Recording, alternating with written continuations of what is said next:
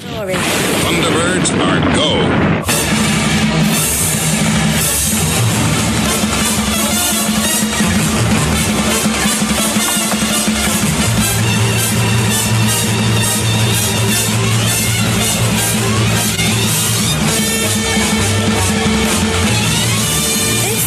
Track Radio. You may not find us on your TV because in case you did not know, we're being brought to you by RADI.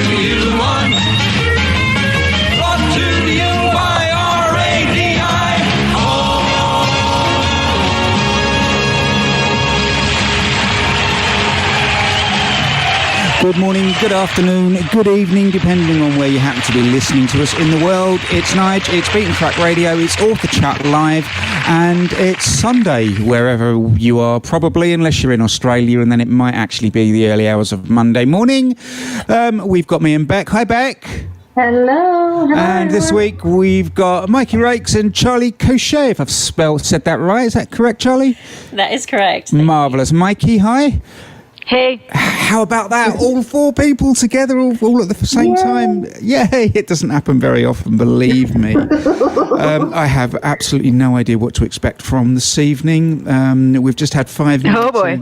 Oh, yeah. That's the fun part. 5 minutes in our little private chat room before the show. Well, apart from Beck disappearing to go and listen to Howard Jones. I had to. I'm sorry. It's Howard Jones. I've got a feeling it's going to be one of those evenings. But this is our last one before we break for October, because I go and do other things, and nobody else has got the courage. Is the polite word to take the show on. But anyway, no worries. We'll have a break for October, and then we'll come back, and we have just celebrated our first birthday, Beck. Can you believe that? No, I can't.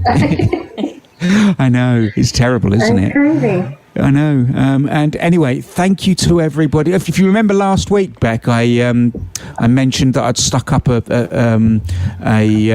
donation tip jar on the Beaten Track Radio page. Yeah, we've had donations. Thank you. You know who you are. I know who you are. Thank you very, very much for your kind and generous donations. I really do appreciate it. Yeah, thank you. That's awesome. Yeah, and likewise, if you haven't donated and you feel like you might like to, the post is pinned to the top of the Beaten Track Radio Facebook page at facebook.com/Beaten Track Radio. That's all the housekeeping out of the way, other than to say you can leave questions for Mikey and Charlie on the event page on Facebook. If you're feeling shy, you can leave your questions, just message me on Facebook at Beaten Track Radio, and I'll read them out. Make sure you put the author's name in all caps. Yep, that's fine. So we'll know who it's for. Yep. Or you can leave a question in the Contact the Show boxes on the website or in your mobile apps if you're listening via a mobile app. Or if you're feeling really, really shy and old school, you can email. Can you believe that sending an email is now considered old school? That's kind of scary. Yeah. studio@beatentrackradio.com, and that will come through here to me, and I can read them out as well. I'm just going to check, see what's going on with the emails. No emails. Am I the only one that can sit there and listen to Nigel say mobile all day? Oh, sorry. You could just say Cell phone. mobile over and over. Mobile. Mobile. Okay. So, mobiles. Right, let's get on with this. Otherwise, it's just going to be 2 hours of me telling people about where they can send questions. Do you see how structured we are? And y'all are worried. No. That's it. That's all of this. That's the whole structure for the whole show. Now. That's done. We're finished. It's over now. There is. Oh my God! The church bells are going. Oh, that's fine. Can't hear them. Never mind. There is. Have you seen this list of questions here? Yeah. It's quite extensive. It is. Alex usually just posts one post and then puts them all in a reply so we can hide them, because Alex's questions. I'm waving at Alex. Hi, Alex. Alex and Grace are every week. Alex and Gracie are fabulous. Yeah. Good night, Gracie. Isn't that cute? That's cute. Oh, right. I need a drink and a cigar now. I think, yeah, okay, let's go.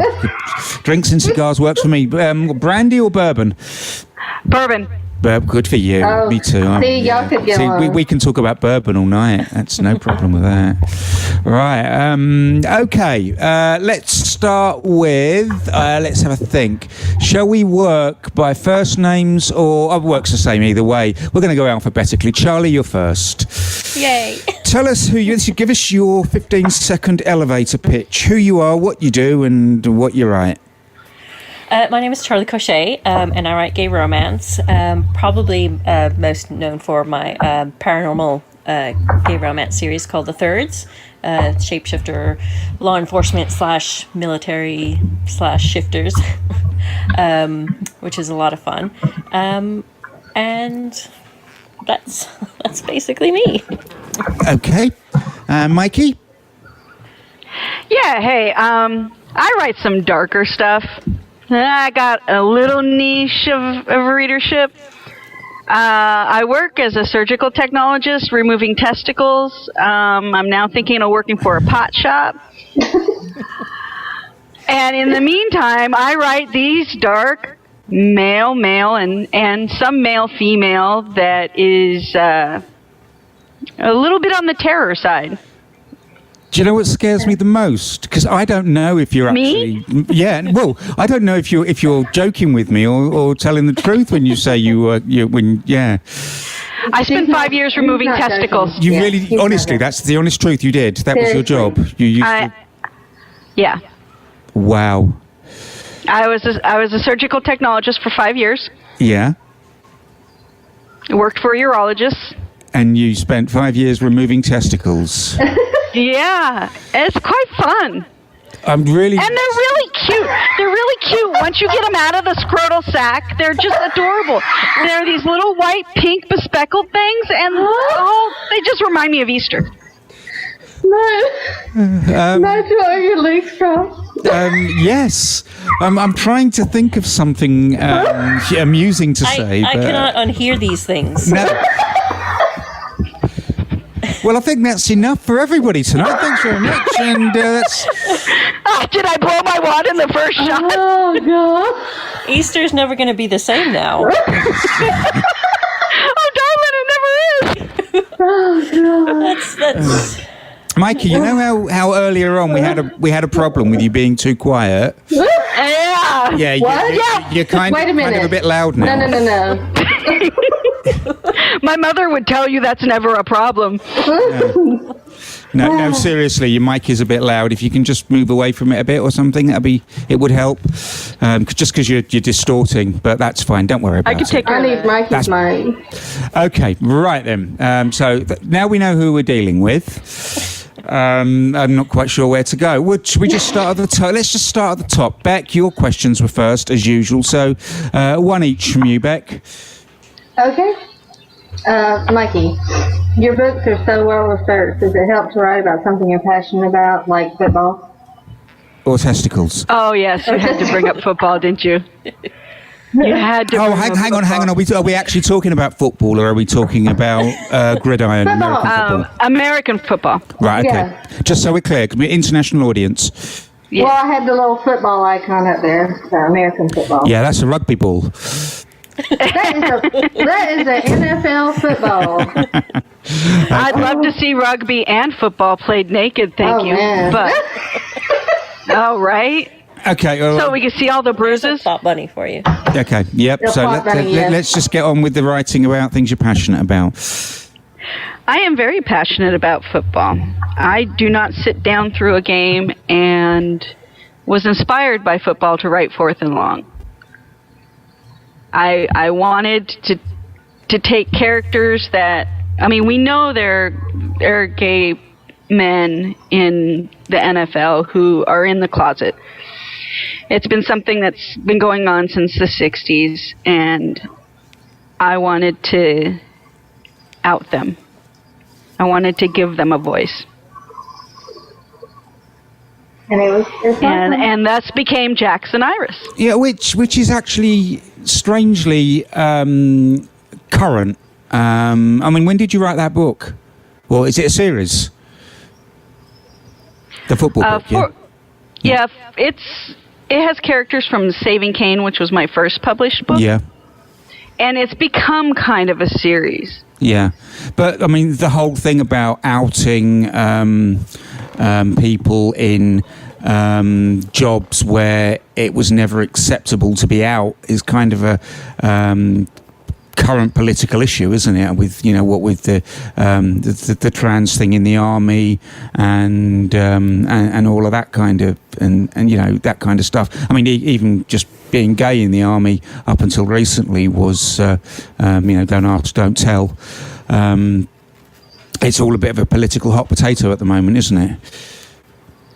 Yeah, it comes down to the basic roots of humanity, that there is a large group of people who wants to tell another group of people how they need to live. Absolutely, and that is completely unacceptable as far as I'm concerned. But hey, let's try not to be political about I'll try not to be political on this show, but you can't really help it, can you? No, okay. All right, that's fine. Beck, you can carry on. Sorry, I jumped in again there, didn't I? Because I do. Oh, no, it's fine. We got 2 hours. We're good. Okay. Yeah, you say that like it's not gonna fly by. It will fly by, yeah. Okay, Charlie, do you find it more challenging to write a standalone and wrap up the story in one book, or to write a series? Well, for my readers who know me, they know the answer. Definitely a standalone is a lot harder for me.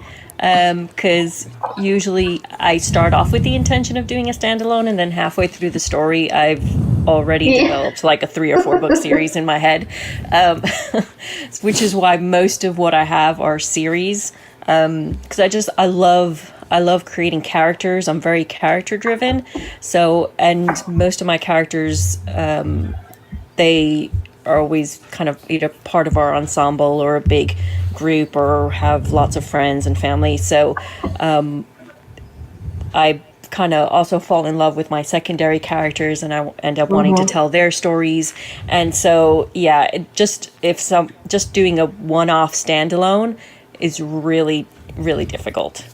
I have to say, one of my favorites of yours is Beware of Geeks Bearing Gifts. That was great. Oh, thank you. Awesome. But see, that's like, it was intended as a one-off, and I keep getting readers asking me for another book. I would love another book, yeah. So it could end up a small series. Yay. So, Charlie, how many books have you written? I just, with Finding Mr. Wrong, that came out on the 1st of September, that is my 25th book. Wow, that's 25 full-length novels? Yeah? There's a few novellas in there. There's about 3 or 4 novellas, but most of them are full-length novels. And Mikey, what about you? Published at the moment, I only have like 4 and a short story. I pulled another short story off because I'd like to extend it into a gothic novel. Okay. That's fine. Just asking. It's not a competition. Oh, no. I went into hibernation. I became a hermit for a while, so I'm just now starting to crawl back out. Absolutely fine. What Mikey is not telling you is that I have been begging for book 3, so, you know. Yeah. I actually have it open on my computer right now. Yes. Okay, well, Mikey, you had a question for Charlie, I see. So you may as well ask that while we're here. Did you catch that, Mikey? No, I didn't catch that. That's okay. Sorry, yeah, I know your connection's sort of dropping in and out a bit. You had a question for Charlie on the thread. I'm sorry, you got Yeah, it's fine. I'll say it once more, and then if not, I'll just ask it. You had a question on the thread for Charlie. For Charlie? I had a question for Charlie? You did? Yeah, I did. Yeah, go. Charlie, what started you writing in this genre? Well, I've been writing romance for a long time, since high school, and it wasn't until a few years ago, when I was actually living in London, that I decided I wanted to try and be published. So I was writing an ensemble cast again, romance, and it was set in the 1930s, and I had two characters, the main character's best friend who was gay, and his lover was in the story and their relationship, and slowly they kind of started taking over the book, so I had to stop and take a step back and wonder what that was, and I realized because the two characters, their relationship and their story was heartbreaking, and I really wanted to see them get their happy ever after. So that's when I started looking into writing gay romance, and also because as someone who's part of a minority group, I really was interested in writing stories that had representation of people I knew, people that were like me, and their relationships, and see them have the chance at happiness and romance and fall in love. And so that's kind of what started it, and I haven't looked back since. That's awesome. Great. So it wasn't you weren't writing gay romance in high school. You were writing. No, I was writing het romance, but there were gay characters in it.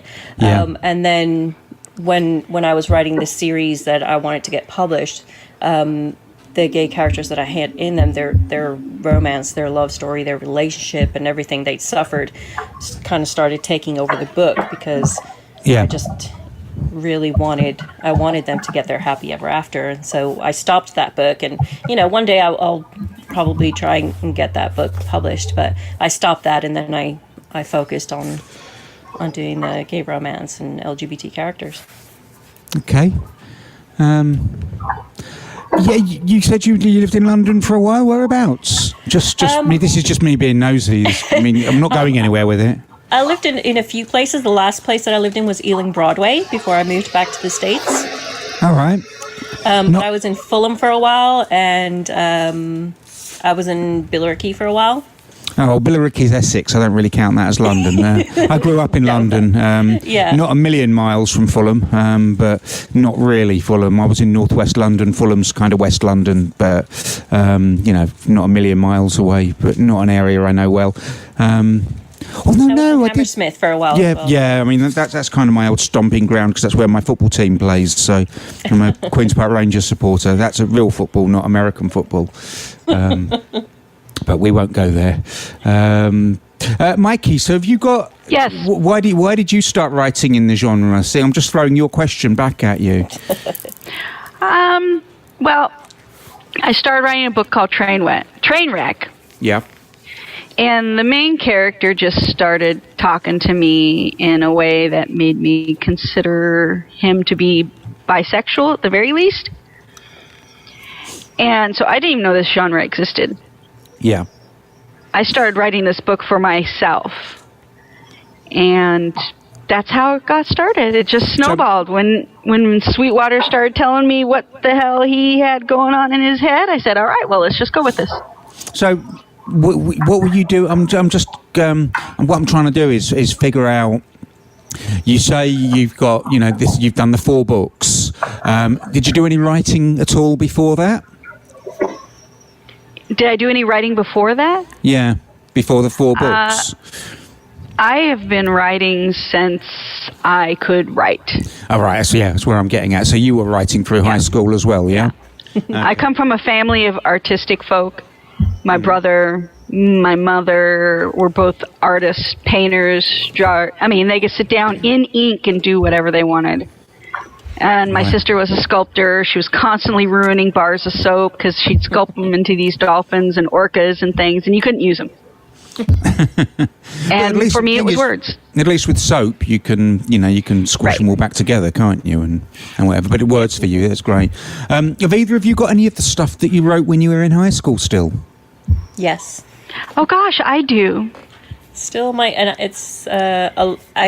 back before computers, I would handwrite all of my stories into journals, and I actually still have some of those journals, and some of the other ones I'd actually typed up, so I have the files of those. I've not opened them in a really long time, but they're there. Yeah, they're the kind of things that you put in a private members area on your website, don't you? On your Patreon pages and stuff like that. Or can you actually not even bear to read them back now? I'm just curious. Well, I have a short story that I wrote in high school about a gypsy in post-war Europe, World War II. And that's sitting in my mom's attic. And I actually really liked that story. I would put it back up. Yeah, so you could still remember it. So you could, like, bring it down and I remember doing the research give it a bit of a polish. for it. Yeah, give it a bit of a polish, put it out. Yeah. Yeah, you could do that. Definitely. Charlie, you'd do Never that, thought would you? of that. Yeah, I have a lot of. I used to, when I was younger, I used to write a lot of fantasy and historicals, mostly a lot of fantasy. So, yeah, I still remember the story and I still really enjoyed it. So, yeah, I could definitely go back and edit it and, with everything I've learned now, definitely. Yeah. I also used to write horror stories and insert all my friends in there, and yeah, my poor deceased wife, it'd be 2 years in October that she passed due to cancer. I feel kind of guilty now because I had her sacrificed to werewolves in one of my stories, and she was a little hurt by that, but it happens. Absolutely. Yeah, it's immortality, isn't it? It doesn't really matter. Right. Just saying that, you say you write your friends. Do you still write friends and family into books? Or really I do. Yeah, you do. Wow. Would they recognise themselves? Well, for me, Mary recognized herself in Trainwreck, and my husband recognized himself in Trainwreck. It's very much about us. In a way, but in extraordinary circumstances. Yep. If you can hear crunching from my mic, I'm very sorry. My daughter just thrust a Magnum ice lolly in my hand, and I said, "What am I supposed to do with this?" And she said, "Eat it." So I'm sorry. It'll melt. I can't leave. So I'm trying to be quiet. I'm sorry. I'm trying to be quiet. All right, Alex always gives us loads of brilliant questions. So I'm just going to pick one out, and I'm just going to kind of paraphrase. Alex says, how did you feel when you were writing your first book? But I'm going to just clarify. We're not talking about the stuff you did in high school. We're talking about your big girl books, your grown-up books, if you like. So, the ones that you've now got published, how does it feel when you're writing that first one and you get the yes, we're going to publish this letter? How does that feel? Who goes first? I don't care. I don't know. I don't know who goes first. I was shocked. I'll go first. I was shocked. Because it was a very dark book. Saving Cain's really dark. Yeah. And a publisher said they wanted to publish it if I changed certain things, and that didn't work for me, so I sent it to Lucid, and they said, hey, yeah, we want to publish it the way it is. Good for you. I'm very proud of you already, because I think a lot of people, the temptation would have been, oh my God, a publisher wants to publish my book, and I will do whatever it takes to get published. But you actually said, no, I'm not going to my artistic integrity is compromise. Thank you. That was the word I was looking for. Compromise my artistic integrity. So well done for that. It was hard because it was a very big publisher in our genre, in our industry, but I just couldn't do it. No. Okay. I don't even know who was and Charlie. I was kind of nervous, but the first book, my first book that was published with Dream Spinner was The Auspicious Troubles of Chance, which is a historical, and it was inspired from that series that I had been writing, and so it meant a lot to me. So I was very nervous because it was the first time I was submitting it anywhere, and when I got the email saying they were interested in publishing it, I had a moment. I had a little moment. I got a little teary and then very excited, and then just jumped up and ran around flailing like Kermit. So it was very exciting, and it was emotional as well, because that book meant a lot to me. Now, this is going to sound like a really weird question, but it came up the other week, and I was really very, very surprised at the answers that we were given. So I'm going to ask you, do your friends and family know that you write, and do they know what you write? Yes. My family, friends, everyone knows what I write. They know the genre. My office, which people have come to my house, my office, I have my book covers framed on the wall. And anytime someone asks me what I write, I tell them I write gay romance. And everyone, all my family and friends are very supportive. They've been really supportive. My mom pimps my books. So it's been a great experience for me. I've been very lucky that way. Well, my mother read Saving Cain and was scarred by it. But she still supports me. That's really good. Yeah, that's a tough one to survive. But that's an amazing book. Oh, thank you, Beck. My mom doesn't speak English. She only speaks Spanish. But she hadn't read any of my books because none of them had been translated in Spanish. And my first book was now translated in Spanish. But I really don't want her to read it, not because it's gay romance, but because of all the sex. And that's just be really weird. And it would just really be weird for this first story for my mom to read be about, a prostitute and a high society gentleman. So we'll see what else gets translated into Spanish. Yeah, I begged my mom not to read mine, but she insisted, because I write with my full name. Screw everybody, this is who I am. And I told her, I said, Mom, you really don't want to have to read it. I'm glad that you just want to. It's very dark and sex and rape and blood and all this other stuff, and she read it. She told me it was good except for all the sex. Surely I said, well, okay. Yeah. No, but see, my mom would be the opposite because I'm way more of a prude than she is. So she would stop and start asking me questions about the sex, and that would just be like, no. Oh my God. That's the reason, because I know she would just be like, let me ask you about this position here and what's going on. And she's like, nope. Let's move on. Oh, yes. See, not my mom. She can hardly say the word sex, although she did buy me a BDSM coloring book.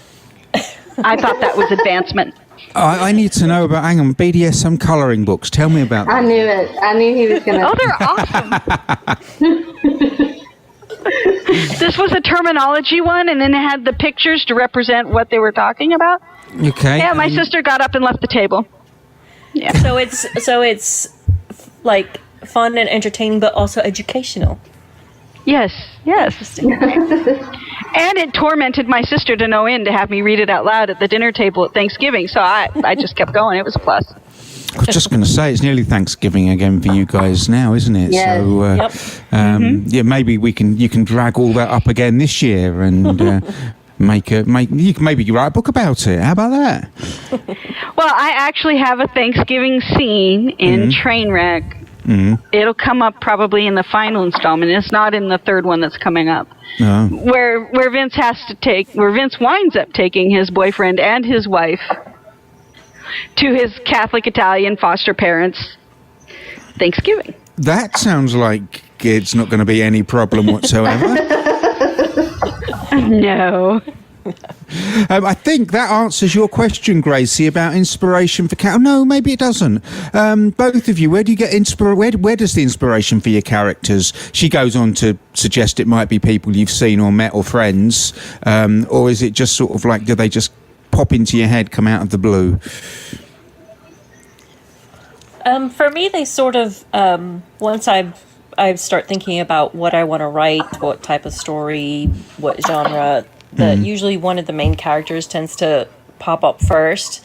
I don't really write people into my books, although I do end up putting like some traits. The only one that's recognizable is in Beware of Geeks Brand Gifts, where I have friends going, "That's your mom, isn't it?" Because it's a big Cuban family, and the mom in that book is basically my mom. Mostly I get one of the main characters sort of jumps out and starts talking, and I take it from there. Okay, and Mikey? Well, my sister demanded to be put in one of my books. She will be put in Maddox and Frank. She wants it to be a transgender character named after her. And so there will be a transgender teenage girl, 16-ish, who is going to be a love interest for Jared. And she is transitioning. She's one of the lucky ones who got to start out early and with the hormone therapy and everything. Yeah. So she never had to, go through the testosterone and all that. So she'll be an interesting character to write. I wonder who I'm going to be in Maddox and Frank. You will be in Maddox and Frank. You will. I think I won a contest. You did. You did win a contest. I really did. Yeah, I have not forgotten. If you make her a housekeeper, then there's... Imagine what she'll do when she finds the dildo under the bed. Yeah, like that's going to phase back. Washed, of course. Yeah, right. Yeah. So your characters got dust bunnies. Let's just talk. Let's just pull this back a bit. Your characters. So I'm trying to create a scenario here. You're sat at your PC, your laptop, or whatever you're writing on, and it's full flow, and your characters are doing their thing, and you've got this fabulous idea about where you want this story to go, and then all of a sudden your character goes, no, I'm not going to do that. I want to go this way instead. Do you go with the character, or do you force it back to the way that you originally wanted it to go? I try not to argue with them. Okay. Because it gets messy then. Yeah. Charlie's giggling. Yeah, I hear her giggling. Yeah, you give them their head. Yeah. You let loose the reins and you see where it goes. And if it works, it works. If it doesn't, then you say, "Haha, told you so. Now come back here." So what do you do then? Do you just hit the delete button and start again, or I couldn't do that. I have scenes from multiple perspectives and multiple ways it could go, and I just cut them out and write another one in if it doesn't work. Yeah, I tend to plot most of my stories, but even when I plot, because it's kind of loosely plotted, there's room for them to kind of change their minds and decide they're going to do something else. Especially in the thirds, there's no way I can control which direction Dex is going to go in. So there are times when other things end up happening just because of something he says or does. So I end up having to fix that, work that into the story, or change that scene around. Usually it's not like a huge plot change. It's usually just scenes or conversations. Right, and you fix that in editing. Mm-hmm. When you're flat out just writing, you just let it go. Right, Charlie, you do that? Well, I tend to reread and edit a lot as I go. So I go back and edit and redo. So usually by the time I'm done with the story, it's a pretty clean first draft, and there's not. Then it goes to my betas and my editors, who will tell me if there's any huge plot holes or anything that needs to be taken out or worked around. Oh, okay. I try to just write. If I'm writing, because it's here for the past 2 years. It's been so rare that I write that when I actually do, I cannot stop, or else it's all out the window. So I just take care of everything in editing. Yeah. Well, because everyone is, does what works for them and has such a different way of doing. Like a friend of mine, she Right. has to write in chronological order, so from the beginning and write straight through. Whereas I tend to hop around. I write whatever scene I'm inspired to write at the moment and keep going. And then if I hit a block, I will jump to a different scene. So I don't write in. I couldn't start at like chapter 1 and write all the way through to the end. I'd never. Right, I can't that either. way. But do you not then have an issue with trying to join up the scenes? Does it not become it's like a bit of a jigsaw puzzle? And I call it sewing. Yeah, Well, it's the danger of becoming disjointed, surely. No, because I'm writing to an outline. All right. So I know what's meant to happen in each chapter.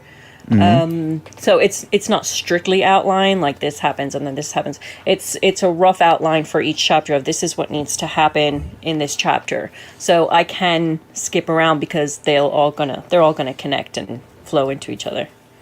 Okay. Yeah, I plot things out, but I can't outline. I'm ADHD. I can't concentrate that much.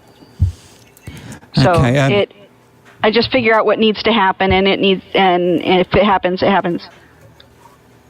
Okay, fine.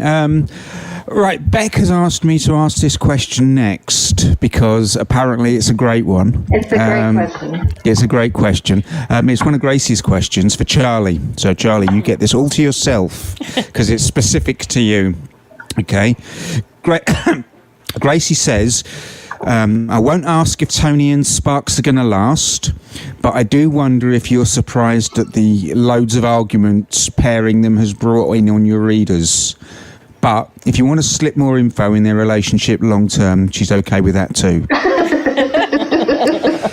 So would you like to comment? She's okay with it. Yeah, please, just yeah. In a way, I'm a little surprised by how much some readers loathe her, and in a way, I'm also not. I think. Sorry, can I just back up a bit there? Sure. Can you just explain the pairing for those of us that actually haven't read the book yet? Sure. Sparks she's a lieutenant for the Thirds. She's a cougar shifter, and Tony is the sergeant who's a human. He's also the adopted dad of two of the main characters in the series. Okay. And Tony he's a great guy. He's patience of a saint. He raised these two adopted boys. One, the son of his partner who was killed when Dex, the main character, was just 5 years old. And Lieutenant Sparks she's a very no nonsense person, very closed off. She doesn't reveal anything. And she also happens to be a spy. Turns out she also works for, it's kind of like the shifter version of the CIA. They're called TIN. So she's had plot developments throughout the series, and I think readers have disliked her because the characters in the story have disliked her because of her secrets and her using them for certain situations. Now, she's not a bad person. The thing with her, because her and Tony start having a secret relationship, I think she gets... The interesting thing is we also have this guy who's an assassin shifter. He's killed people. He's tortured the main character. Readers love him. But a lot of readers hate Sparks. And I've had this conversation with my editor and with friends, and I think a small part is the fact that Wolf, who's the assassin, tends to get away with a lot more because he's a man. Whereas Sparks doesn't get away. She can't do the things that he does and get away with it because then she's considered a bitch. Which, is one of the things that we're we've been facing for a long time, is this equality between genders. And I do think a lot of the reason that they don't cut Sparks slack is because she's a woman. Now, another part of that does have to do the way she's portrayed in the series and how the other characters act towards her. It'll really be interesting to see what happens after the next book, because all her secrets start to get revealed. So we'll start to see if readers if she'll be redeemed in the eyes of readers in the next book. So it's just a really interesting situation, and I can say that Sparks and Tony will be in a relationship. They will be together, and I think maybe that's something that a lot of readers don't want to hear, but hopefully when they read their story, they'll think better of her. Gracie seems to think that readers are expecting more from Sparks because she's supposed to be one of the good guys, and Sparks isn't acting like one of the good guys. Maybe, I don't know. I've not read it, so I'm just. Yeah, she is one of the good guys. It's also a difficult position because she is an operative, so it's a really thin line. It's a difficult line for her to walk between being a good person and doing what her country needs her to do. So that is a really difficult line for her to walk. So we'll see what happens.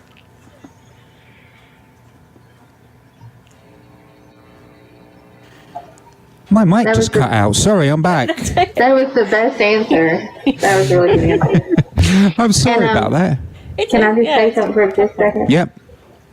I was going through Kelly's books earlier, and I have one that now I must run to Dream Spinner and request, and it's called Between the Devil and the Pacific Blue, and I really want to read it.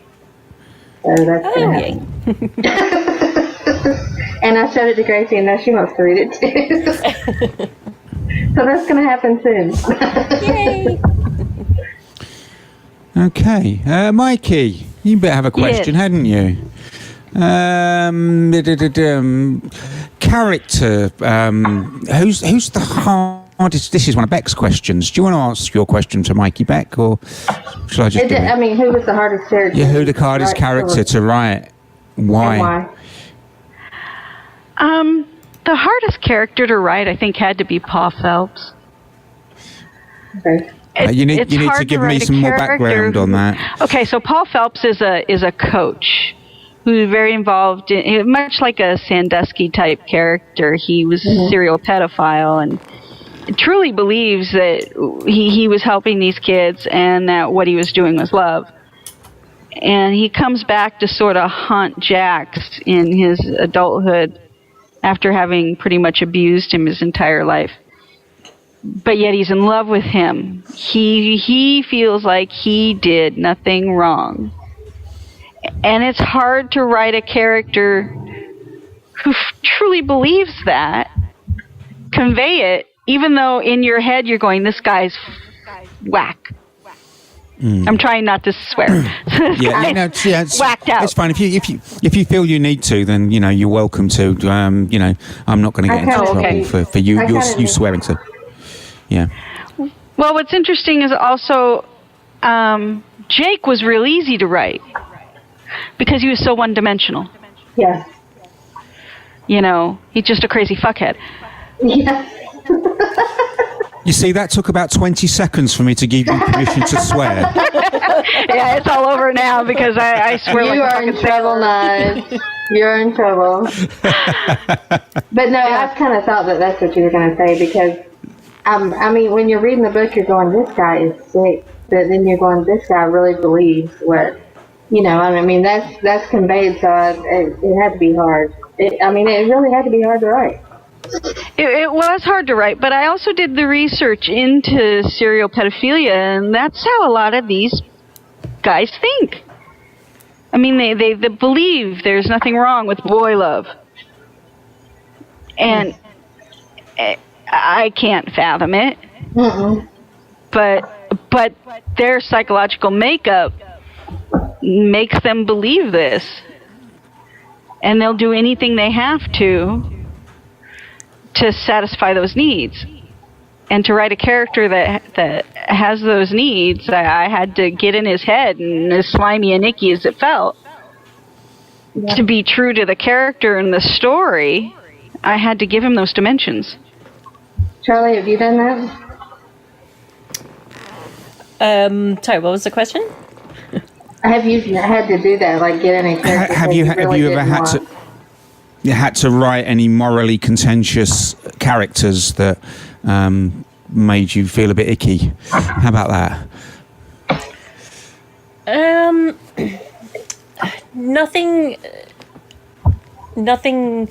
really like that. They've mostly been like villains in the stories. I mean, some of them have been really horrible people that you're waiting for them to meet their demise. But I've not written something like that. I think that would be really, really difficult to get into that kind of headspace. Have either of you two ever co-written book? No, not. I am too unpredictable.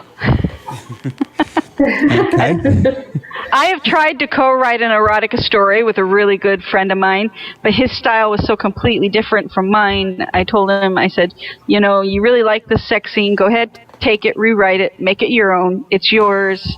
But it just didn't work with us. The way that you get around that, as far as I can see, is that you both write the same scene from two completely different character points of view. That way, the two completely different styles work together. And that would well, there's a voyeur scene, so that would have worked beautifully. Well, there you go. You can have that. You can have that suggestion for free. I won't bill you for that one. Well, you know what? We'll give you a shout out for it. Thank you.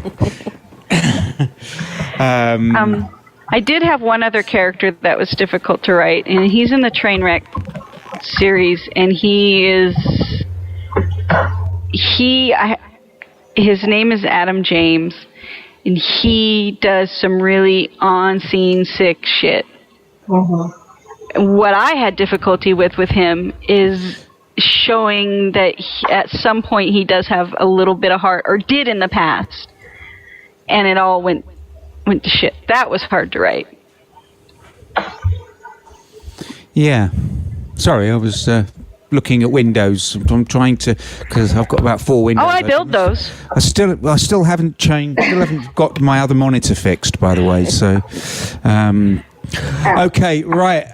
Charlie, not you ready? the kind you look outside. No. Charlie, are you ready for this contentious question coming up?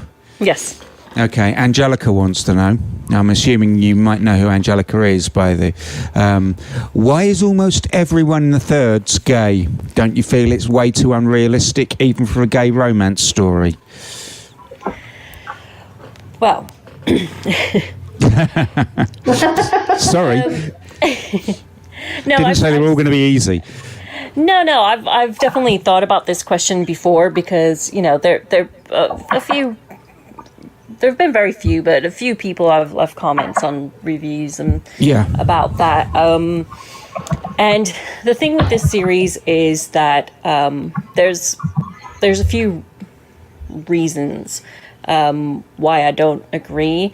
The thing with the series is that in this world, everybody's out. Being LGBTQ is not an issue in this world, because the new species that is the focus of humanity's hate and prejudice are Therians, this race of shifters. So that no one is hiding their sexuality, their identities, that is not an issue in this world. So in the series, there's a lot of characters in the series, a lot. the Unit Alpha alone has 1,300 agents. But because it is a gay romance, we only focus on 8 of those agents. And I think some of the characters also, they're looked at as gay characters when we have bi characters, we have pan characters, we have lesbian characters. But it's a gay romance, so the series focuses on the relationships between the gay characters. And I think because they're on the same team, it makes it seem that way. But I think sometimes readers forget about the other characters that are involved in the series that are not all gay characters. The other problem I sort of have with that kind of thing is that we've spent so long with either misrepresentation or no representation in media for minorities and LGBTQ. I think if a gay romance has several characters that are gay, I don't see why that should be a problem. Like, I don't read a het romance thinking, wow, there's a lot of straight people in this book. Good answer. So for me, that's never a problem. I don't read a book and think, wow, there's too many gay characters. I think that's awesome. Is it unrealistic? Maybe, possibly. But again, it's not a problem in this world. And also I'm writing, people who can shapeshift into jaguars and tigers. So I'm not really too worried about it. I'm really happy with the representation that I have in the series. And that's what I call an answer. Thank you. Thank you. Mikey, seeing as you think this is such an excellent question, what's easier to write, novellas or full-length novels? Full-length novels. No question. I knew he was going to say that. I totally agree. After Party was supposed to be a 20,000-word novella. Shoot it out real quick, give the fans something to read about while I work on Frank and Maddox. Yeah, that didn't happen. I'm still working on After Party. Well, spoiler alert, but there's a bit of a menage scene, or not menage, more of a foursome, and it's got to be done right. And if it's not done right, then I might as well slip my wrists up the tracks and go home. Charlie, do you agree, disagree? Writing a novella is definitely a lot more difficult because... sorry, I was going to say, but why? Well, because the word count, you've got a limited word count in which to have a fully developed plot, fully developed characters, a story arc. It's you've got to get it all in there in this small. I mean, like one of my third books is they go up to, the first book is 104,000 words.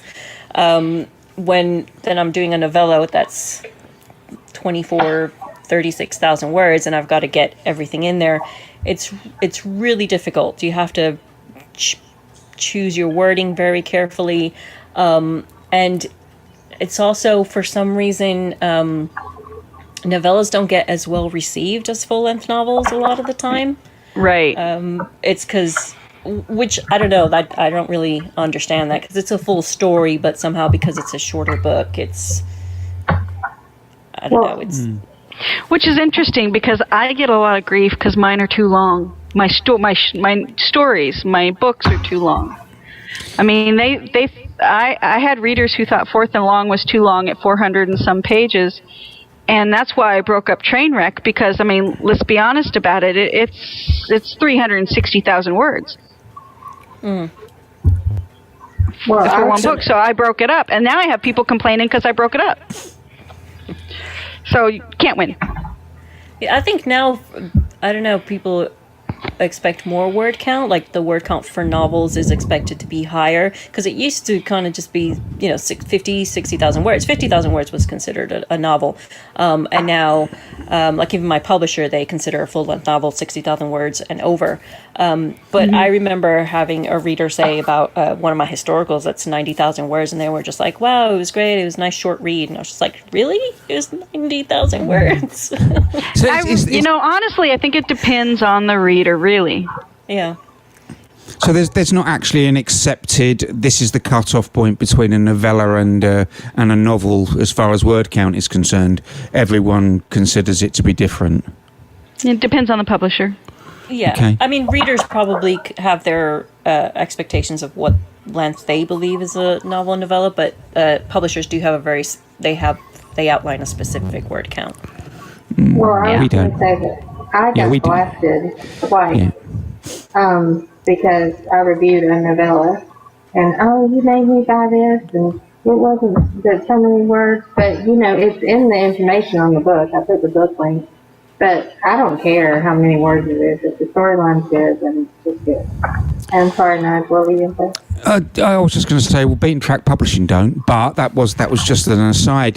What I was really where I was going with it was, if you're, I think, Charlie, you said at the beginning about, because novella's shorter, you've got less time for your character development and stuff like that.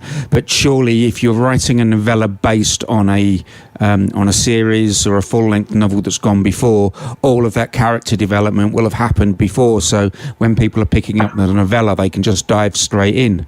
Surely that's the point of the novella, just to tell that short story, the aside or the other point of view or whatever. It doesn't necessarily have to be a brand new plot on a brand new set of characters. Yeah, there's still a lot of people just don't like having, Thick and Thin in the third series, it's the 8th book. It's novella length. I think it's like 30,000 words. And a lot of readers weren't happy that it was novella length, but that story needed to be told, and I wasn't going to stretch it out to 60,000 words when that story wasn't there. That story was that length. So it's, and those characters are all established. It's the 8th book in the series. Everybody knows who they are and what's going on in the plot points. But just because of the length, some people weren't happy about that.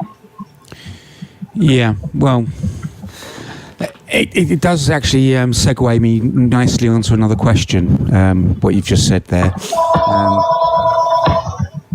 Do I even need to know what that Hello? was? Yeah, it's loud. I'm sorry. Oh, was that you? There's my phone. One of my grandfather's favorite jokes was to have us run and answer the phone when it was on TV. That's a question. That's a question. That is favourite jokes. Oh, but you used to answer the phone when one rang on the TV. Yeah, the That's phone would funny. ring on TV, and he'd tell us kids to go answer the phone. And you did, didn't you? I did once. Yeah. I started towards the phone. I didn't actually get it there. I was like, hey, Yeah. don't make fun of a 6-year-old. Gracie says, yeah, because they want all the readers want all the words at once, Charlie. That's why you complain. All the books. Okay, so leading on from that, let's assume that these novellas and whatever are all out there and whatever, and everybody's like me, and we've not read any of your books. Where do I start? Where would be a good place for me to start reading Charlie Cochet? I would say Hell and High Water, which is the first book in the third series. I know I had probably a majority of the readers who came into that series. A lot of them said that they didn't read paranormal romance; it wasn't their thing. But I kept that in mind when I was writing the series. That's why I wrote it the way I did, because I wanted readers who preferred contemporary and readers who preferred paranormal to be able to enjoy it, because it's very it's the base for it is our modern world, and it's built on that. And it's just fun. It's got a lot of action and humor. So I would start with that one. Okay, thanks, Mikey. Have you got a quick answer to that? About paranormal? No, where would we start with your books? If we were new to you as readers, where would we start? Oh, okay. That would depend on if you want just strictly male. If you don't want any male female and you think that's icky, you start with Saving Cain. Okay. Let's have a quick break. Yeah, go on. Sorry. I was going to say, if you don't mind male female and it doesn't squick you, Trainwreck is my love. Okay, marvellous. We will have, because we're halfway through now, we'll have a quick break for some music. I'm choosing Journey. So who chose Journey? Charlie, was that you that chose Journey? Yes, that would be Charlie. Yeah. Charlie, why did you choose Journey? Because Journey features a lot in the third series, because our main character's a little bit obsessed with 80s music. Yeah. And Journey's Faithfully is a song that he sings during karaoke night to his partner. Fabulous. Do you know how much you've just helped me out there?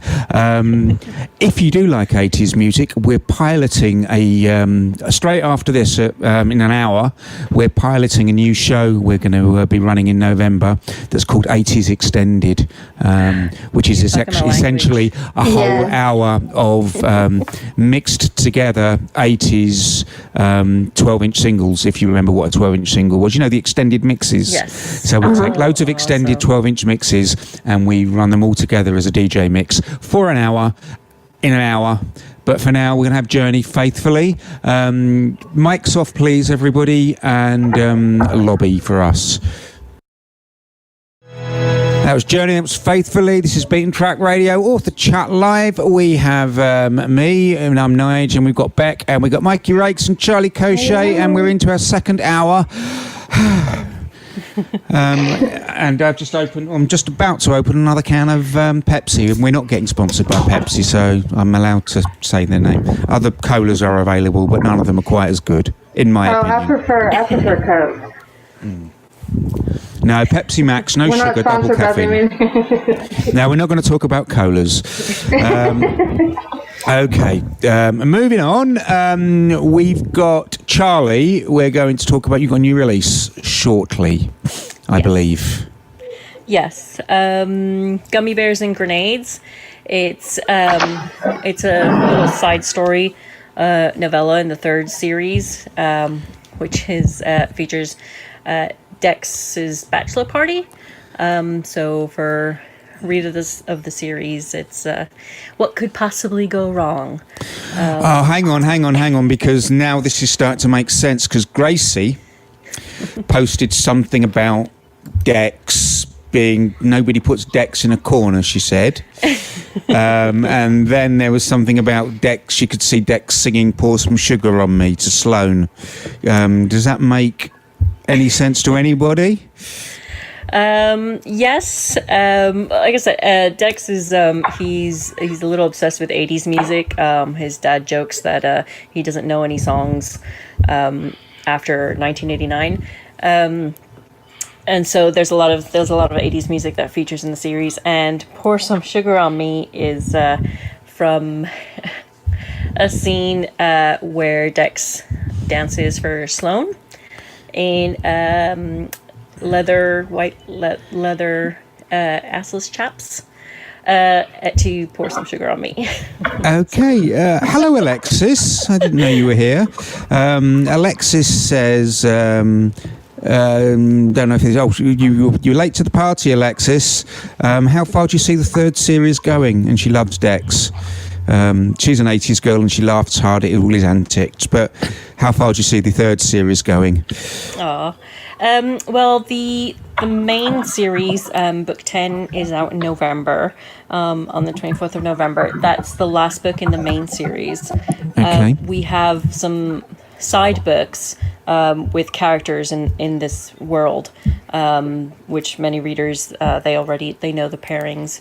And then next year we're starting a spin-off series which is the Tin series that kind of starts off a few months after the main series finishes, but it's a different. Dex and Sloane are on a different path now, and that's their new adventure, and they're also they've just gotten married, so they're also on that other adventure. Okay. Mikey, you've got Trainwreck 3 out short, a couple of months, you say?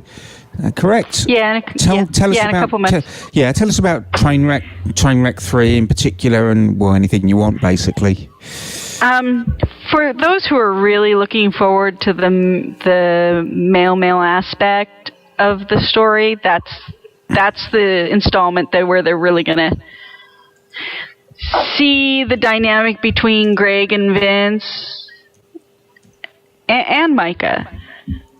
But there's going to be a battle there between Greg and Vince because they had a history together that no one ever knew about. So there was some angsty bits in book 2 and everything, and that should be, if not resolved, confronted in book 3. Okay. And now this question isn't from anybody, but I'm going to ask it for Gracie. Now, for those of you that don't know, Gracie is our resident ebook. No, that's not what I meant at all. Gracie is our resident audiobook, voracious audiobook devourer. I think what that means is Gracie spends far too long in a car. Bless her heart with her job, she travels around. That's usually where you listen to them. Yeah, absolutely. So what good. kind of experiences have you guys had with audiobooks in your work? I have one out for Saving Kane. Okay. And how was that as an experience for you as an author? It was fun. It was interesting editing an audio version. It also gave you a chance to fix a few things, like if you had an awkward sentence that just didn't read right, we would fix that so that it read smoothly for the narrator. And to work on the different voices. Yeah. So were you actually physically involved in the space, or was this one of these online things where you get sent files all the time? I would get sent files. We would talk on the phone as well. Okay. But we did it chapter by chapter. And how strict were you on the reader should follow your words exactly to the letter, or did you allow them some kind of leeway to, take a breath in a different place and whatever? If there was something where he was having difficulty reading something and he needed to change the pause and everything, he would do that and then send it to me and ask me what I thought. And then I would yay or nay it, or sometimes I'd even rewrite the sentence so it worked better for him. That's really cool. Yep. You're a nice author, aren't you? Well, and it was small little changes, so it wasn't that big deal. Yeah, okay. Charlie, you had any experience with audiobooks? Yeah, I've got quite a few audiobooks out on of my books. The whole 3rd series is out on audio. That was I've never really listened to audiobooks before, like Hell and High Water came out on audiobook, because I worked from home, so there wasn't really a lot of opportunity for me to listen to them. I wasn't really used to it. And the first time I listened to it to see how it sounded, it took some getting used to, not just listening to an audiobook, but listening to my own story performed back to me. So that took a little bit of getting used to. I was really nervous about it because I was sent all these auditions from all these narrators. And it's usually a small excerpt that they read, a small snippet. And of course, I only had kind of Dex's voice in the beginning. So I was just like, I need a narrator who's going to, bless him, going to be doing voices for like 30 characters in one book.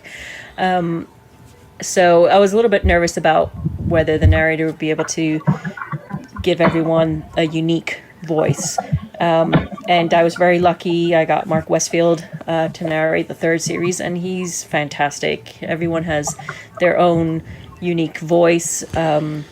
He's a great performer, and he even does little sound effects for when they're talking on their comms. So it was really great experience.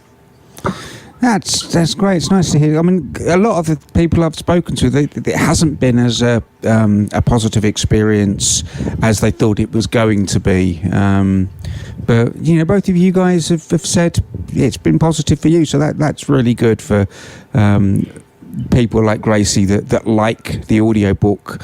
Or kind of rely on the audiobook, really, I suppose. So thanks for sharing that with us.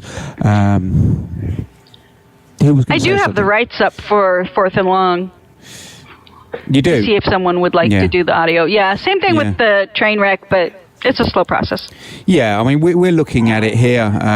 It's an expensive process, to be fair, as well. It's not something you enter into lightly, and I don't really, with a publisher head on, and I'm not really a publisher. I'm a tech guy. I can't see where there's any, and I know it's not all about profit, but I don't see where there's any profit for anybody in it other than people like Audible, who seem to take everything and do nothing. Audible makes a good bit of coin off it. They do, don't they? And the publisher and the writer make nothing, which is why we've resisted Audible for a very, very long time. If we're going to do it, we're going to do it independently, I think. I would love to be able to do that, but I think about the readers, and if I can get it out there, I'm not looking to make money. I just want the readers happy. Yeah. Listeners. Yeah. Readers, listeners, yeah, I understand. They're just readers with their ears, really, aren't they? Right. Yeah, okay. And I love your picture, Mikey, thank you for posting with your Jaeger glass. I'm guessing that's not Jägermeister in the glass, it's the wrong colour, but...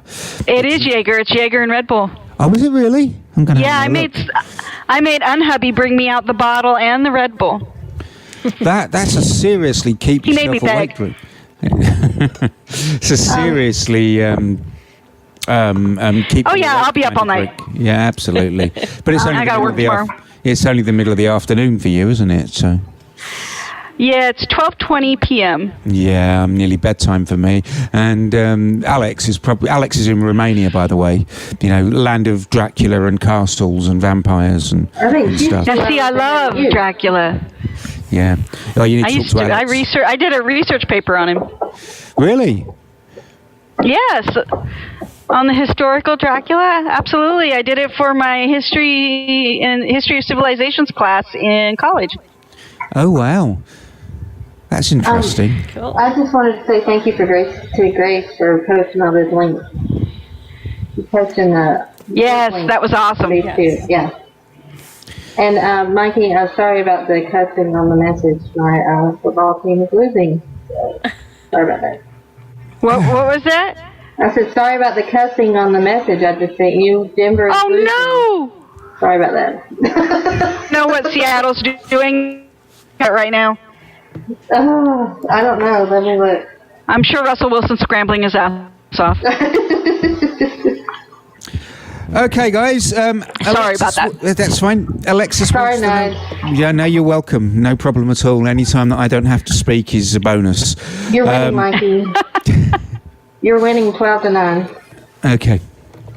Are we talking NFL here? Yes, NFL. Okay. Are the Eagles playing? Yes.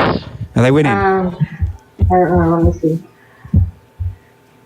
I'm not sure if the Eagles are playing right now. Oh no! I'm sorry, babe. Should we just run a sports show the Eagles. instead? The Eagles are beating the Giants 14-0, but the Giants are wow! This year. I know they're sucking. Okay, it's early yet in the season. Yeah. I know. Right, well, come on, focus. Are we ready? Are we ADHD, focused? ADHD, Nigel, ADHD. Are we focused? Okay. Alexis wants to know about your editing process. Alexis is asking because Alexis usually listens to Google Books, read books, and that way catches errors by reading them.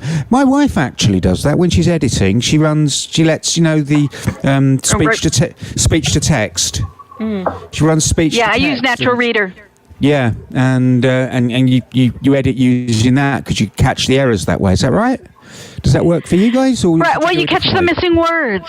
Yeah. Yeah. Yeah, because you spend so long rereading the same text and looking at it that your brain fills in the missing words when they're not there. Yeah. Yeah. My brain fills in a lot of stuff for me. And so the Natural Reader really helps. And it helps if stuff sounds awkward. Here's one we usually ask Nudge. Have you ever started working on one book and then got an idea for another? And do you quit on the one book you started, or do you just wait, take notes and wait? Honey, I'm into multiples. More ways than one. I used to do that, but now, since I write in different genres, I either have to stop what I'm writing and work on the other book, or I take notes on the other book. Because if I'm writing a paranormal, I can't write a contemporary at the same time. Or if I'm writing something that has like a lot of action or is more edgy, and then I can't write something like sweet at the same time, because it just, to get into that headspace, it's not easy for me to jump. So I either have to stop or I take notes. My multiple personality syndrome helps a lot. So I can jump. I can just switch from one character to the other, to one book to the other. Like I have After Party and Trainwreck Book 4 open right now, and I could work back and forth between the two of them without bleed through. In the same session? In the same writing session? Wow. Yeah. That's impressive. Now editing, I will edit separate. Yeah. Because I have to be able to catch what's not working. Okay. Right. Here's a good one. I like this. This is an Alex question, so you know it's going to be fun. If you could live in a book, any book you like, if you could live in the story for a year, what book would you choose? Does it have to be one of ours? No, it could be any book, anywhere. Oh, that's a hard question. I know. Alex, you're evil. Yeah. See, a lot of authors say Harry Potter, and then we get into this discussion about how Beck's never seen Harry Potter. I've never read it. I know. I've never read or seen it, and I've never seen Sherlock. Just had to get it in there. Yeah, and she's never seen Sherlock either. Or Doctor Who. Or Doctor Who. I think I saw one episode of Doctor Who. I gotta say, I have this series of books that I read. The first book's called Echelon Vendetta. These books center around a CIA cleaner named Micah Dalton. When I'm at work, I fantasize about him in a male-male romance, because let me tell you, Micah Dalton's freaking hot. And I would not mind being Micah Dalton in the least for a year, even though people are always trying to kill him. No, see, you have to be you. You're you in the book. Oh, that's no fun. See, that makes it really... Why would I want to be me?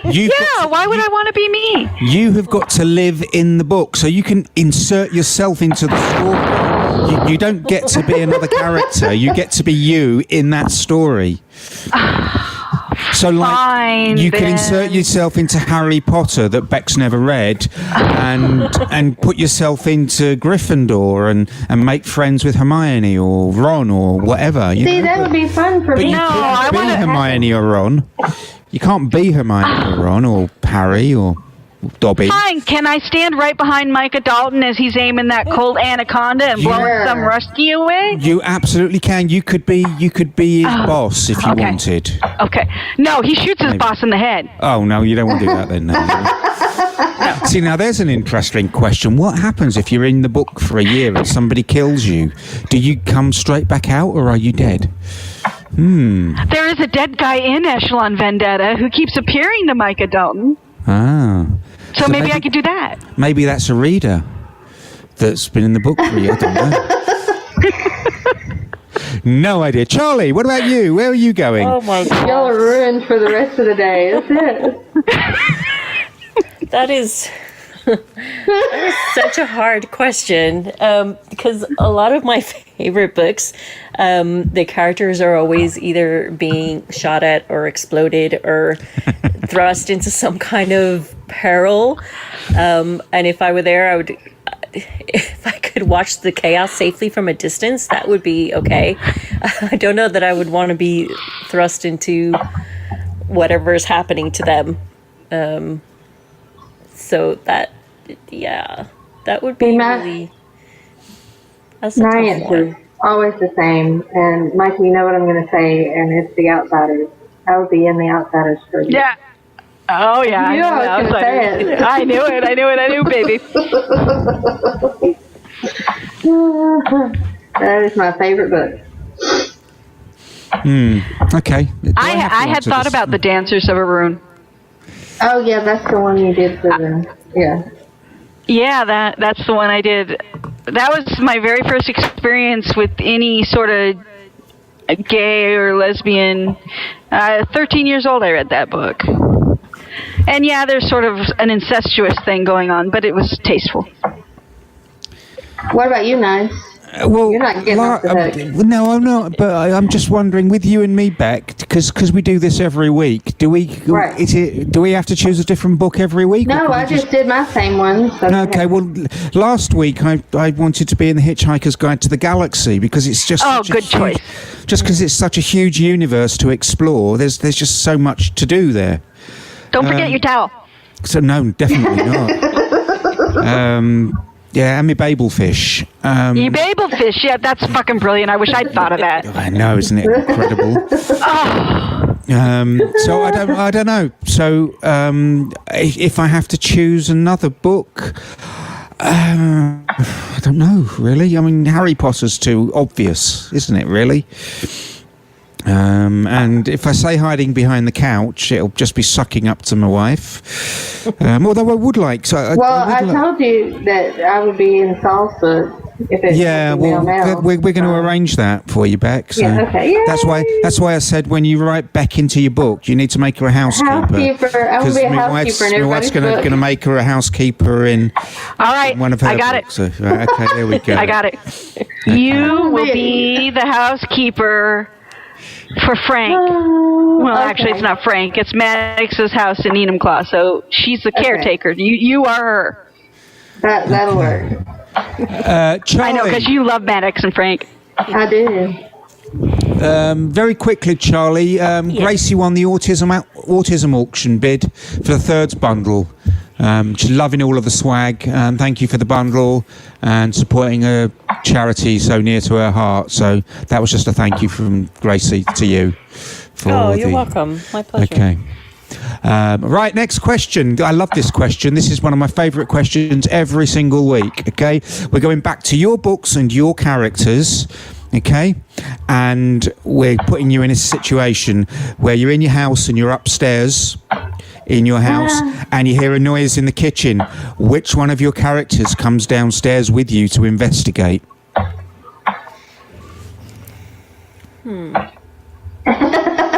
Silence. That's always the hard I know who I'd take with me, but go ahead and let Charlie go. I think in the possibility that it could be a dangerous situation, I think I would probably take Ash with me. Because whatever happens, I know that he'll take care of it. Tell me about Ash, because I don't know anything about Ash. He is a lion shifter. He is Oh, that huge works, yep, that and works for me. muscly and very skilled. He's a close quarter combats expert. And he's just like a take no shit kind of guy. He's the toughest guy on the team. So if you need somebody to take care of a situation, he's the guy that's going to get it done without a second thought. Okay. Mikey? Damn. It's a toss up. I'd take Maddox because I know the motherfucker can kill. Yeah. Okay. But I'd take Vince because he'd be more entertaining. Okay, well, tell me about Maddox first. Tell me why Maddox, other than because he'd kill. Might not. Maddox is a very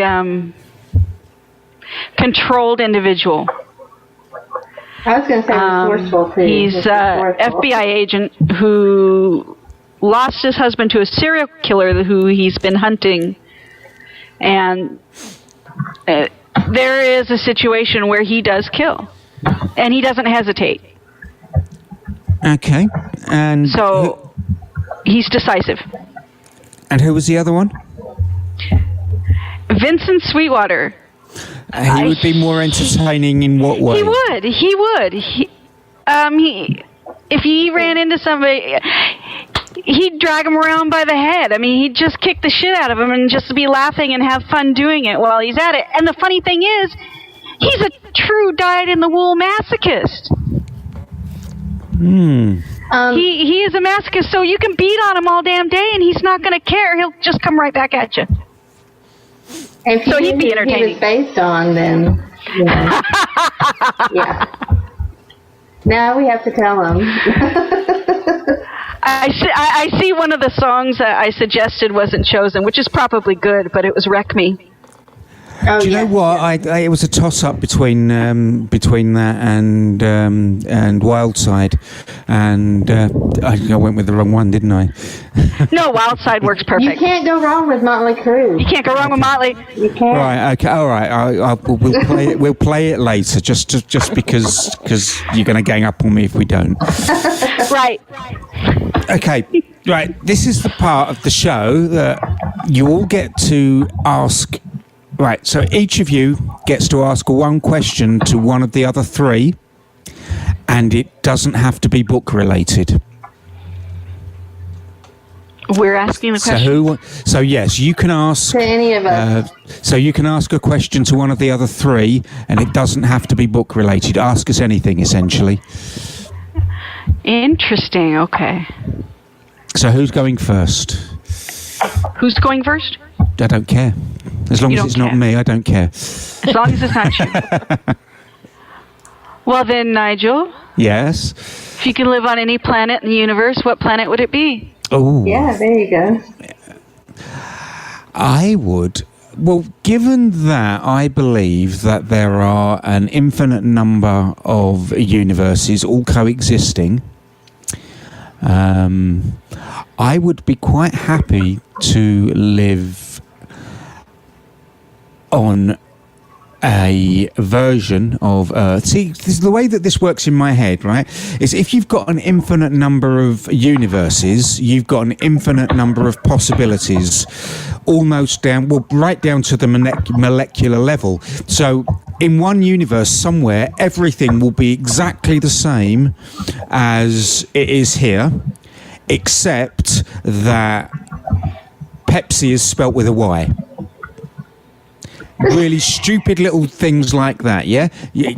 So the have you read Timeline? But the possibilities are absolutely endless. So I would be quite happy to live on a planet Earth without the violence and the poverty and the hunger and the horrible stuff, and just have all of the nice stuff where people are nice to each other all the time. And then there wouldn't be reasons for cult anacondas. Well, you know, we have to make sacrifices, I'm afraid. Yeah. Well, this is your world, not mine. Mine, yeah. Okay. So, yeah, there's an answer for you, I guess. Somebody else? I have for Mikey.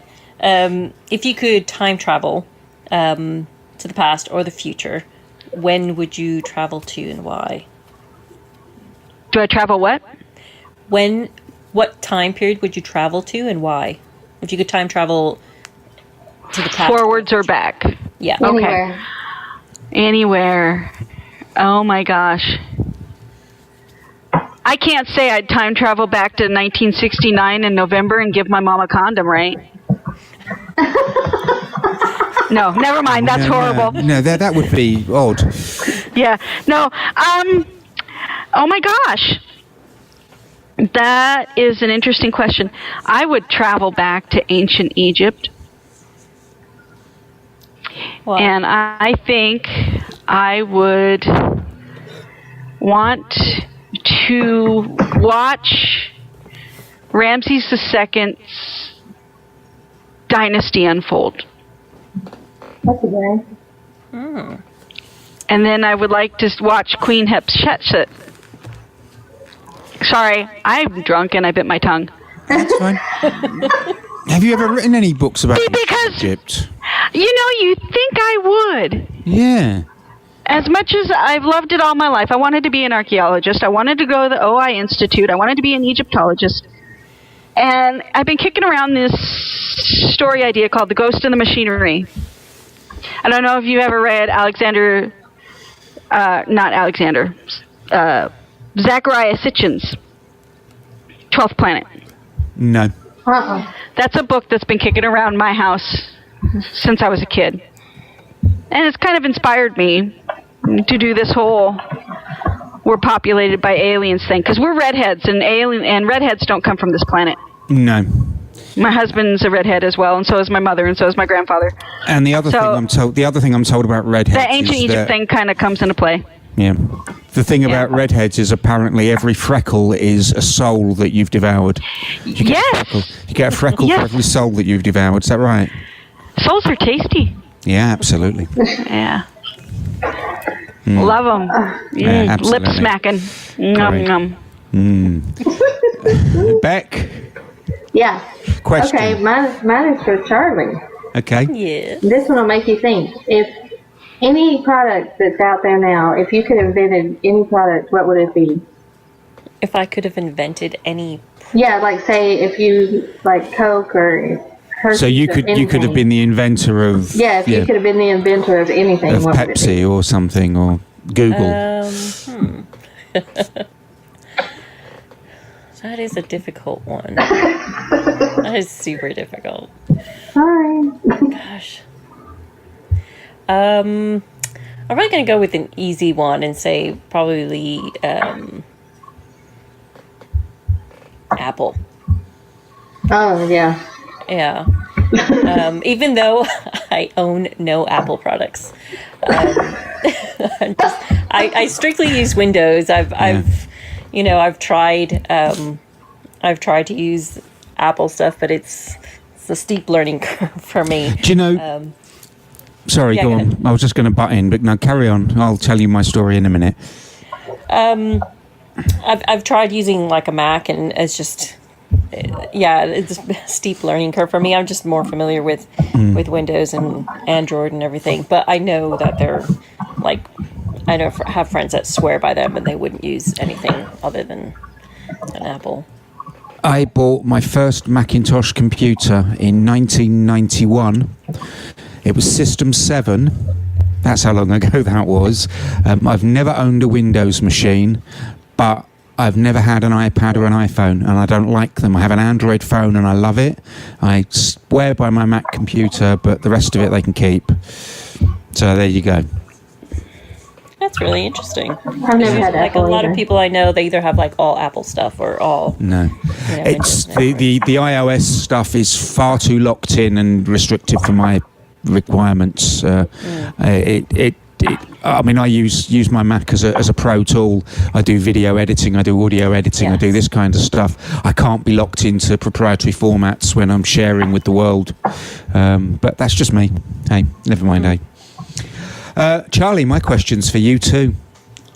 Yay! Are you ready? I'm ready. It's a deep philosophical question that I'm going to need you to answer here. Oh I'm boy. preparing myself. Tell me about BarkBox.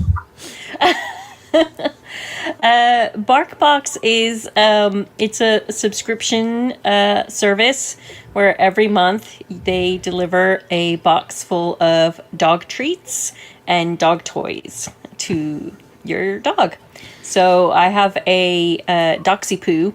He's 3.5 years old, and he because of BarkBox, he thinks every box that arrives is for him. But somehow he knows when it's his box, because he gets excited at seeing boxes, but when his BarkBox arrive, it's like his tail's ready to fall off with how happy he is that box is there. So somehow he knows when it's his box, and I open it for him, I put it on the floor, and he goes in there and he takes out his toys, and it's just, it's the happiest moment in his life. I think that is probably the best business idea I've ever heard in my entire life. Yes. A toy subscription service for dogs. And the best thing is that they're themed. Like every month is a different. Like this theme, it was back to college, so the toy was a backpack and a 6-pack of beer cans. Oh, bless him! So you'll get Halloween next month, will you? Yes, I guess. It'll be Halloween, so some Halloween theme. But like they had an election theme one. Pumpkin spice.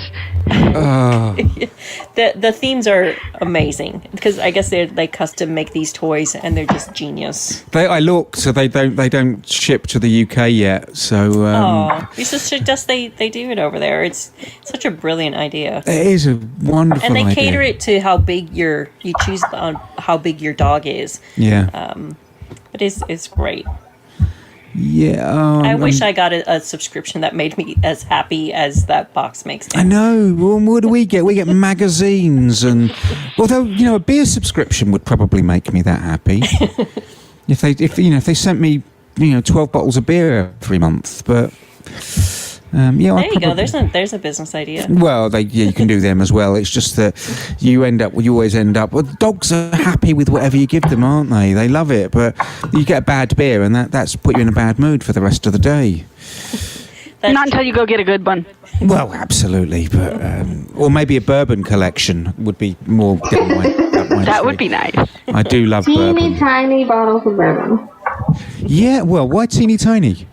Why can't we have big Because bottles? you're going to pay out the butt for. Well, we're talking about cost, then that's a completely different story, isn't it? But I actually subscribe to perfume. It's called Scentbird, and it's great. They send you I do it where they just send me random ones, and so far it's $14.99 a month, and you get a little perfume, and I like it. okay. That's about the only one that I do. Is anybody here a bourbon expert? Just out of interest, is anybody? I am not. I'm guessing. Unhubby is. Yeah, right. I Well, just listen, drink it. It's my friend is 50 next year, and he's a big bourbon drinker. And I hope he's not listening, because I'm gonna out his birthday present now. Hang on, I'm just gonna check, because this is internet radio. I can check where people are listening. Nope, that's fine. He's not listening. That's good news. He's 50 next year, and he's a big bourbon drinker. So I'm looking for a 50-year-old bottle of bourbon. Any ideas? Anybody got any ideas? Oh my goodness! I'll help him drink it. I'm going to be doing that. Why do you think? You don't think I'm doing this out of some sort of sense of altruism, do you? I heard you're an altruistic kind of guy. Well, he's having a party, and I've said I'll do his DJ, and he's a big, huge 80s buff. He knows everything about 80s music there is to know. So we're doing an 80s disco in this 800-year-old hotel where he lives. Wow. So I'm going to be there. So I'm going to buy him this 50-year-old bottle of bourbon, and when the party's over, we're going to sit in our hotel room and we're going to drink it. That's the plan. I bet he doesn't even open it until I've gone home. Oh, that would suck. So get a bad one. I couldn't I? Get him a bad one and just... Or you could get him drunk and then have him open it once, Yeah. Or you could just open it for him and go, surprise, and hand him the glass. Yeah, that's not a bad idea, is it? I could do that. Here, mate, this is your birthday present. We're sharing this 50-year-old bottle of bourbon I've bought for you. You tell him the experience is his birthday present. The experience of drinking that with you. Right. Oh, I like that. That's brilliant. I'm writing that one down. Okay. I started drinking this brown sugar bourbon. Oh, that sounds interesting. Oh my gosh. Is it good? So yummy. It's lip smacking. Yeah. Do you have the bourbon honey liqueurs over there? What was that? We do the bourbon honey liqueurs. Jack Daniels and Jim Beam do a honey liqueur now in the UK. Yes, there's actually a lot of them that do. Oh, right. You can get a spiced honey Jaeger. Yeah, they do a cinnamon really one, good. cinnamon as well, which burns, Yeah. which is quite nice, quite warming on a winter's evening. Yeah. I was going to say, if it's 80s, you can do Jack Daniels. Oh, absolutely. I mean, Charlie, Nikki Sixx would be fully on board with that. Charlie, I forgot to ask you about gummy bear martinis. Double bubble. Gummy bear martinis. Yeah, tell me about how do you make a gummy bear martini? Well, you can basically a gummy bear martini. You can use really any martini recipe. Yeah. But usually you either put gummy bears inside the martini, or you get a toothpick and you spear a few gummy bears and you put it on top of the martini. The one that I have sort of for the series is with cranberry juice, peach schnapps, and raspberry vodka. And then you have your little toothpick with your speared gummy bears on top. That is evil. Yeah, I like it. we do. So you either drown them or you spear them. Either way, Yes. gummy bears die. Yes. Okay. Yes. The good German gummy bears, right? Making of that martini. I see. Seeing as we're talking so much about alcohol, and it's a bit of a leap here, but the next question is, what were you like in high school? Oh my goodness. Because I was doing LSD in high school. it's probably the only way to get through US high school, isn't it? From all I've got to go on is what I see on the TV, and it looks horrendous. I don't have to answer this, do I? It is. It is. Oh I'm my not an God. author, so I'm not answering it. You better. Are your kids listening? If her choice not in listening. books is an indication. Actually, I was just boring. I was boring. I read and listened to music with headphones all the time to escape the home life. So that's what I did. That was it. And I remember my mom saying one time, I was sitting in the chair and she said, I was reading, and she said, you need to go outside and do something. So I took the book outside and sat on the porch. So that was fun. I saw Little Red Martians with green cards. Okay. They were legal aliens. Did anybody do band at school? No. I did. I did art. I was an artist, so I went to college for graphic art and design, so I mostly did art stuff at school. But I was very quiet and shy. I was a late bloomer, so most of my alcohol drinking happened when I moved to London. I didn't drink alcohol. No. I was in band. I did theatre. Nothing's really changed, to be honest with you. I was very shy and quiet at school. Then I discovered CB radio. I'm incredibly shy. Yeah, I'm not. Yeah, Can't even you now, tell? I can tell. Can't Yeah, you tell? even now, you're incredibly shy. You great lot of bastards. Okay. Nigel, I understand the being shy part. Yeah, I mean, painfully shy. I was. Yeah, I get that. I couldn't talk to any of the objects of my desire because I was too shy.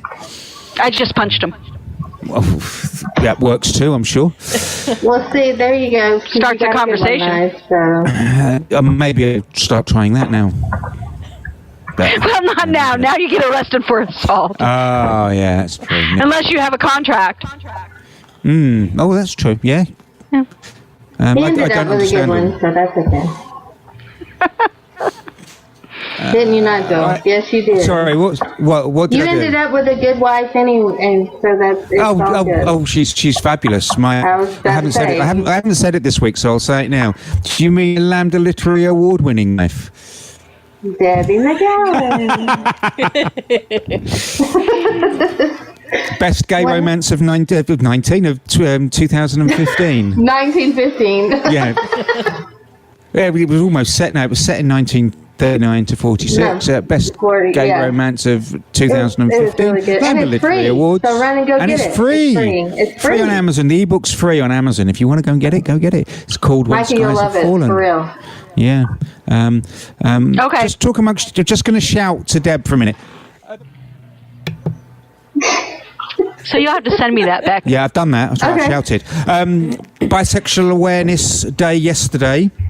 BeatenTrackPublishing.com. All the books with bisexual characters in them are still 50% off.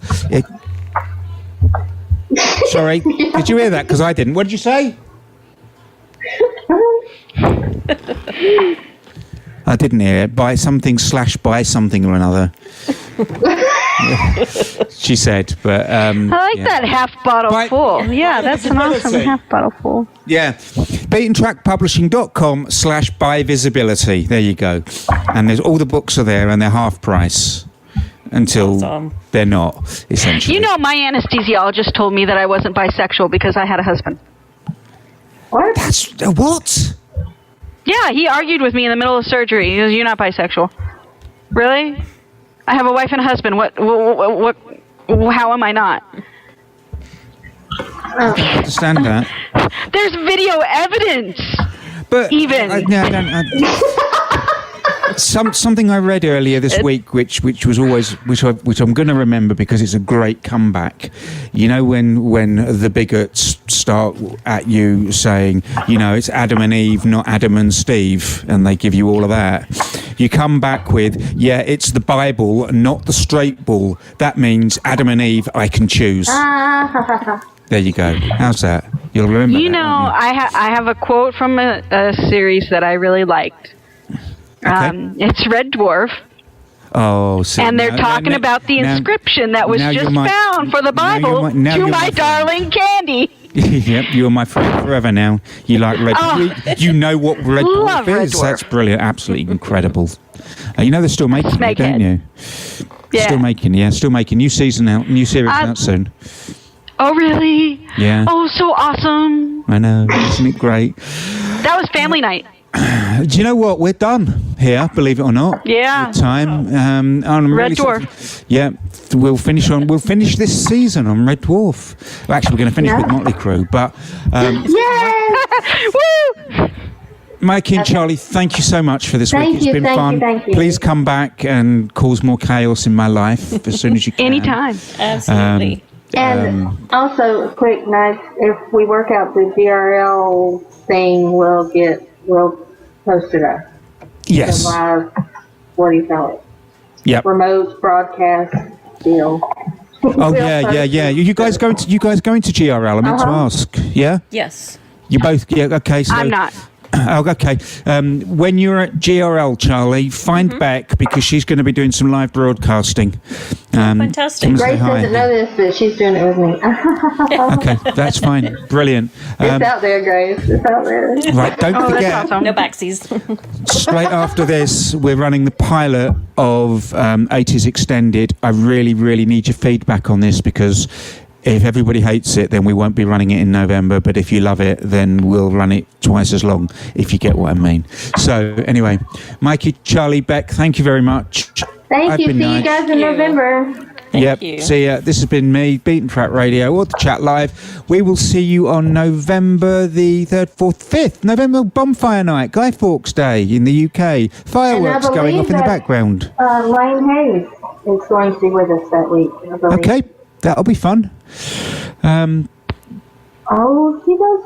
Good night, And everybody. thanks for listening. Good night, sweetheart.